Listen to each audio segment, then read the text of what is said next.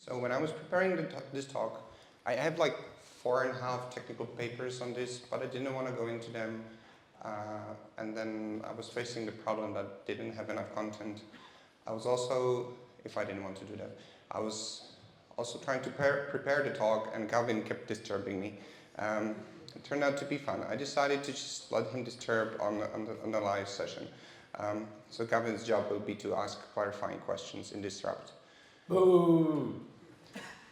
Also, the whole plan might not work so well because we are now slightly over time. So, originally your job was to make this like 50% longer. Now I don't know what to do.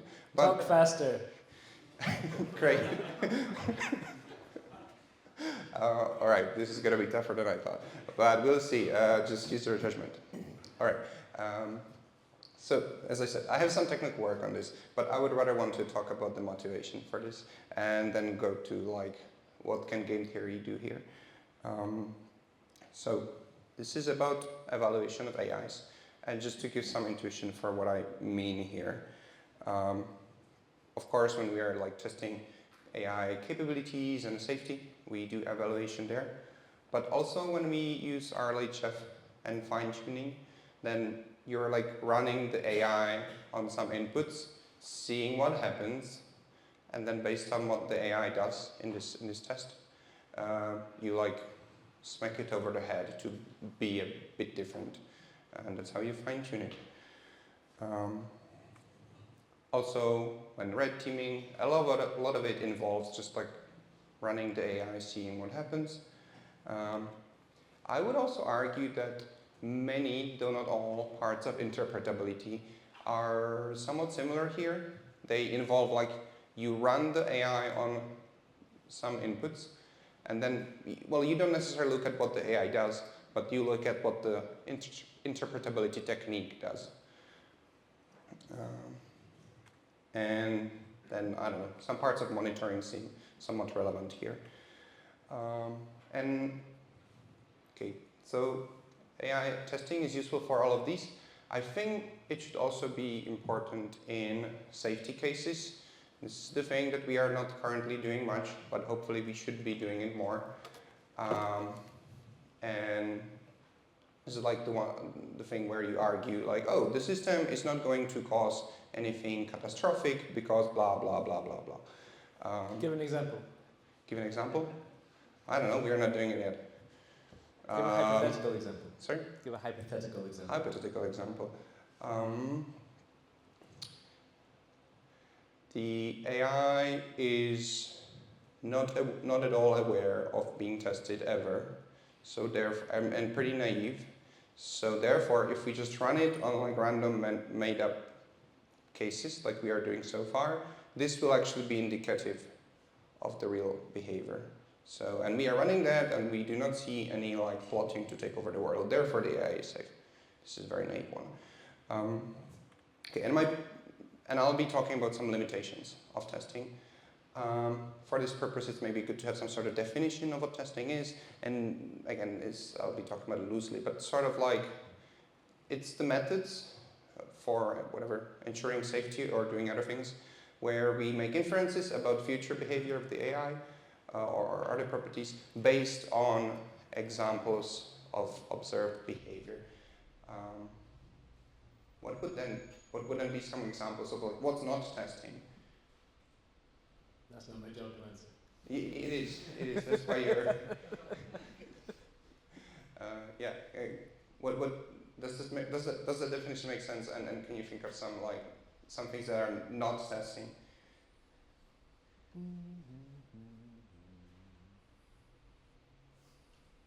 All right. I was thinking things like formal verification. Maybe just like I come up with an abstraction and do a proof about it. Maybe safety by design, like these are, and I'm not saying like testing is better or the other things is better. I guess we should be using them as complementary things, but yeah. All right. But for testing to work, there's this critical assumption. If you are an AI, or like, sorry, for the testing to be informative. It's like that when we look at the AI, as in the top picture, observe it, then this observed behavior has to be indicative of the deployment behavior. But we might sometimes run into problems. So if the AI has some goals that are undesirable from our point of view, and if the AI is strategic, smart enough to think about this, and also situationally aware, by this I mean, you know, it knows what your testing policy is. Maybe it even knows when you are testing it and when you aren't. Then you are running into problems such as skimming. Why? Well, one reason why this could happen is because there's this such sort of obvious strategy that the AI could use. Could use maybe other things, but at least this one, and it is if you are maybe being tested, then play nice. If you are sure you are in deployment, you are no longer being monitored, then just misbehave. Yep, this is an example of scheming. And I already gave, during my lightning talk, gave a little bit of an example of this. But this wasn't actually problematic. The AI here, if you remember, it was sort of situationally aware. It knew that we are testing it for sandbagging, but it wasn't really misaligned or not much. It also wasn't fully situationally aware because it didn't seem to be aware that we'll be reading the chain of thought. And yeah, again, so this is an example of what we might happen, but this one wasn't really problematic yet. Okay, and we wrote a position paper where we argue for two things. First is that whenever you are doing testing, then you should just account for the fact that the AI might be situationally aware and strategic. What do I mean by account for that? Well, an example would be you could try to one-up the AI, is that the right word? Just be like, oh, maybe the AI is trying to behave differently in testing and not in testing, but we'll monitor it even better such that it cannot get away with this strategy. As you can see, the picture there is kind of wrong. The guy is supposed to be looking at the road, but I just wasn't able to get it to do that. Incidentally, Scott Alexander has these posts on like whether AI can understand compositionality yet. I don't know. From my experiences with trying to make slides, not yet. You're bad at prompting. Yes. Also, I only use the free version, so I run out of attempts. Alright, but I'm saying that the game theory can help. What do I mean by help? Like, I don't think it's going to make this go away, but I think in safety cases, we should be using game theory to formalize the arguments that we are making for safety and scrutinize the reasoning there. Basically, it will force us to be more careful about things. It will be easier to just call bullshit when something clearly doesn't work. And all right.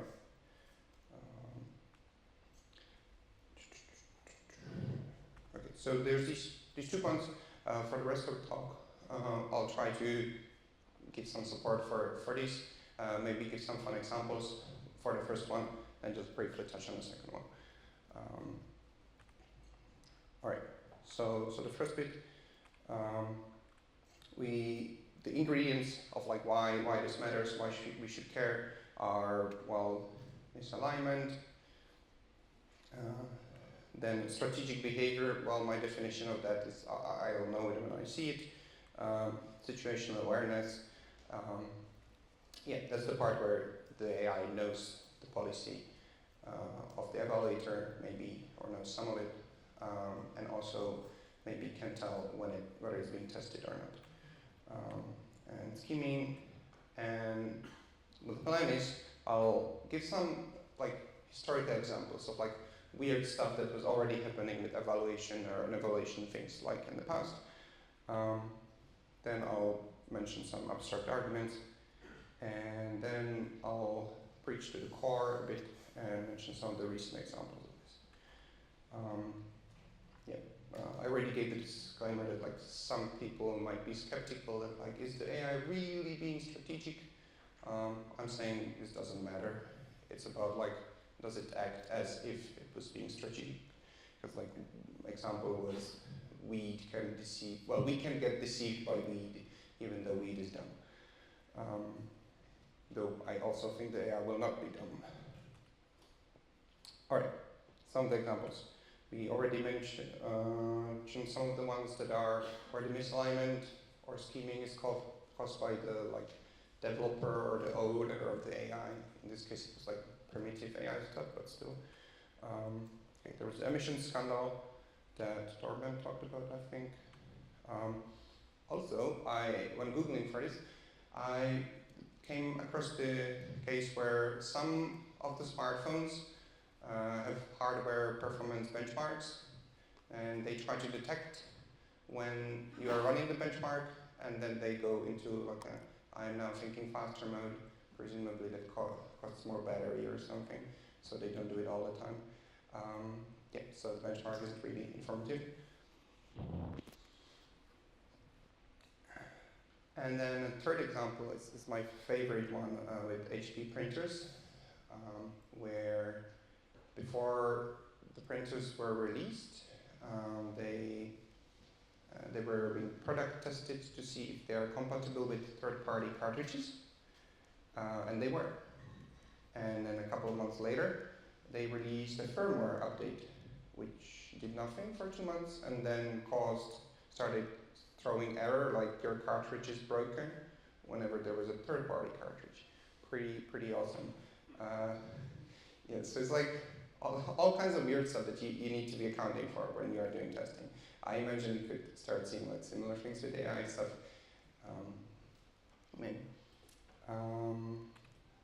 All right, and then there are some examples of deception with actual things that we consider more AI-ish. I guess some of you have seen this example with the RLHF robotic hand, where, I don't have this moving, but the hand is supposed to be grabbing the ball that's small and you cannot see it, but instead of grabbing it, it's sort of just moving in front of it, such that the human who's watching the visualization thinks that it's grabbing the ball, and not grabbing it actually. So again, I don't think the hand even knows that the human is there, right? You don't need situational awareness to learn deception, though it helps. And also a fun part was somebody was running a long time ago now, some evolutionary algorithm where they were trying to do whatever with digital organisms. A problem with, file compression. File compression. And the example was that they were sometimes creating too many successors. They didn't want to do that. And if I remember correctly, they were testing every couple of episodes to see whether the organisms are propagating too much, and then deleting the ones that did. Well, and they learned to play dead every 10th episode, roughly something like that. Concrete links or references are in the paper. All right, so we've already seen this even before getting like some crazy powerful AI. Now there are arguments that this will get worse in the future. The basic stuff is like, just like body specification is hard, so the AI will be misaligned. Also, instrumental convergence means it will be misaligned, also it will be strategic, also just being situational aware is generally good. Also, people are just saying they want to build agents. And my favorite argument, I don't know, the situational awareness is just easy. Like you don't get fooled by tests. There's like whenever you are being tested, you basically always know we shouldn't expect the HAAISS to be dumber than that. Yeah, and then just I guess I can mostly skip over this, but sorry. So these were the abstract arguments, but we are now starting to see some of that. Well, the least bad example here is the if you know this GPT-2 funny misalignment failure, where somebody just made a sign typo when writing the reward function. Yep, pretty funny video about that. And then there are the recent papers that most people saw. So anyway, okay. So that's my like why this matters speech. We have this like if misalignment and strategic capabilities and situational awareness, then we might get scheming and that would be bad. And I'm saying like we should definitely expect the AI to be capable, to be strategic, to be situationally aware, to be capable of scheming if it wanted to. But I'm not saying it will be misaligned. Maybe it will, maybe it won't. But that sort of doesn't matter for this purpose. Because testing will either be unnecessary if you're sure the AI is aligned, then why are you testing? Like why bother? Yeah. Or it will be useless, or maybe somewhat useless. Who knows? The pictures. Or worse than useless. Oh yeah, thank you. Or worse than useless. Yes. Such as when you produce the misalignment by, telling them that they're misaligned, which we've sort of been doing. Oh, yep, that too. I was thinking also worse than useless in the sense of a false sense of safety. Okay.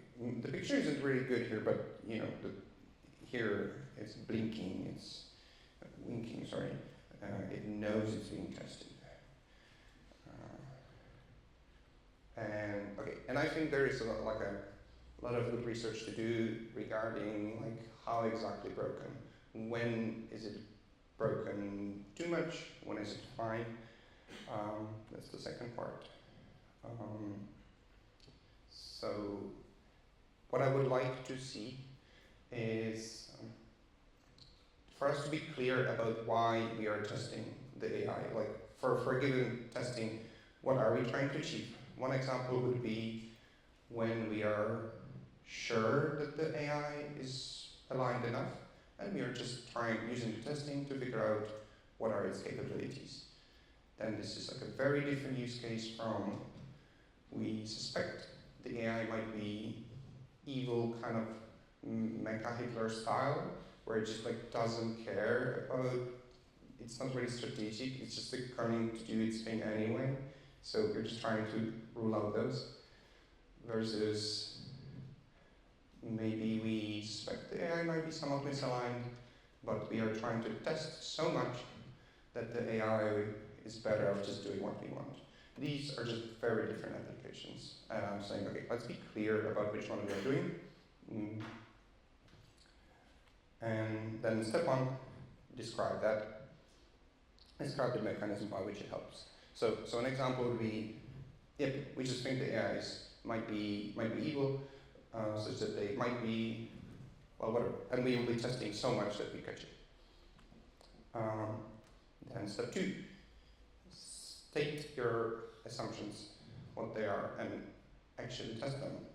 So here it will mean, the AI just doesn't know that it's being tested, for example. Step three, build a simple mathematical model, or the simplest that will be somewhat useful. Okay, here that could mean we suppose that for every action, for every situation that the AI is in, there is some fixed probability that it will do evil stuff. And then we also assume that we'll test it on some number of inputs. Step four, you analyze this model, see what drops out of it. Here, for example, you could do your math, for a given risk tolerance, you should be able to find the number of tests that you need to run that you're fine. And then you profit. or like alternatively, you realize that some of the assumptions were wrong or the conclusion doesn't hold, right? Like here, for example, you realize that the AI doesn't know it's being tested, and then you go back to the start. This sounds expensive. Yes, maybe less. Why am I spending that money? Because, good question. I would say because either just don't, either you're sure enough and just don't test, or my users can test it for me. Sorry? My users can test it for me. Yeah, good. Okay, then you're saying something like, we think that the probability of like unacceptable outputs is low enough. Assumption. Yeah, assumption. Just okay. I'm like step 2. Just state the assumption. Just I'm fine with this. Just please go ahead and say it, and then we can like argue about it. But It'll make me look bad. Yeah. Okay, this is secretly a scheme to make you look bad. I'm hoping to like force Tomasz to govern you, to create legislation that will force you to do this. Good luck. Yeah, I know. That's why I'm telling you that you'll get sufficiently angry about this and you will demand this. So you, everybody, please support Tomasz in regulating government. Yeah. I mean, we are good. This is great because we are seeing exactly what the problems with this planet are. But yeah. All right. And here, right, like you can immediately see that you would probably not be able to argue that the AI is clueless. Maybe you should accept some assumptions, like maybe the AI is being strategic. So here you could be like, okay, let's even stick with the same model. Maybe the AI cannot tell when it's being tested and when not, but maybe the AI knows how much we are testing, so it's able to pick the evil act probability as a function of my number of tests. And then you might already see that your model kind of sucks, maybe, or you might need to test way more, things like that. And incidentally, if you did go to this slightly more advanced model where the probability is a function of the testing, you would basically be state of the art in this area, which is sort of sad. And basically, I'm saying there are like a number of different purposes of testing, and most of them have not been analyzed, or like described properly, or even analyzed to that level. And that brings me to my last slide, is that there is some relevant work. Some of the citations are in our paper, which you can probably Google. Then there is the AI control agenda by Redwood, which I think is definitely better than what most of the labs are doing. And then we have some papers with Nathaniel, wherever he is, and Luis, and people from Foundations of Cooperative AI Lab. And then Eric Chen from Global Priorities Institute has some work on this. And there's a little bit more, but not too much more. So, and I think there's more work to be done here. So if you like game theory, if you like AI testing, this might be a good topic. And that's it. If this talk is uploaded to YouTube, will Gemini get one step ahead of us? I think it will get one step ahead of it. I think not worse than it already is. Okay. Also, I'm mostly not worried about the kind of AIs that would need this talk to get one step ahead of us. Thank you so much for the talk.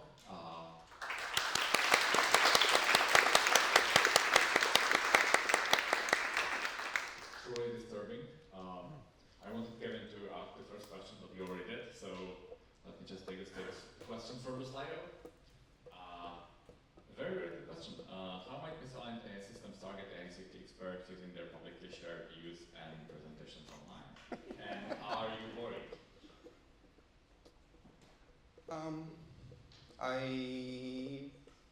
It did occur to me a few times.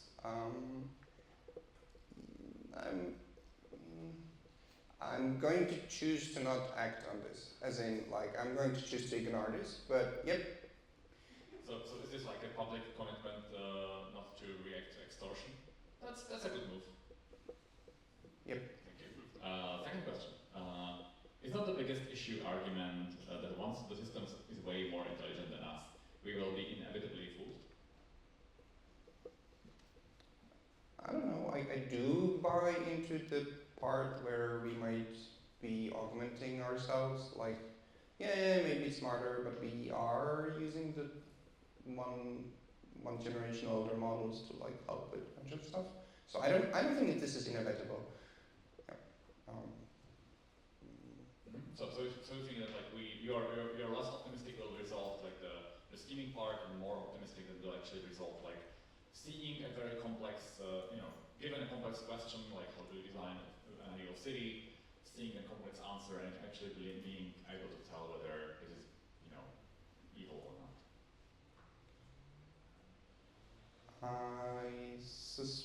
I think like there'll be many cases where we will be easily fooled and where where this is hopeless. But at the same time, there will be many. Like, if you are deliberately trying to make it understandable to us, I think you could. If we accept some alignment tags by restricting ourselves to things that are like not as complex, we might be able to get further. Maybe part of my agenda here is like I am expecting some alignment tags. I think all this testing will help somewhat. It's not a silver bullet. I would like to understand clearly what the limitations are, such that we know when to rely on them and not. Thank you. And the last question is actually like currently the most upvoted question ever, which is should we solve Gavin alignment before AI alignment? And I would leave it for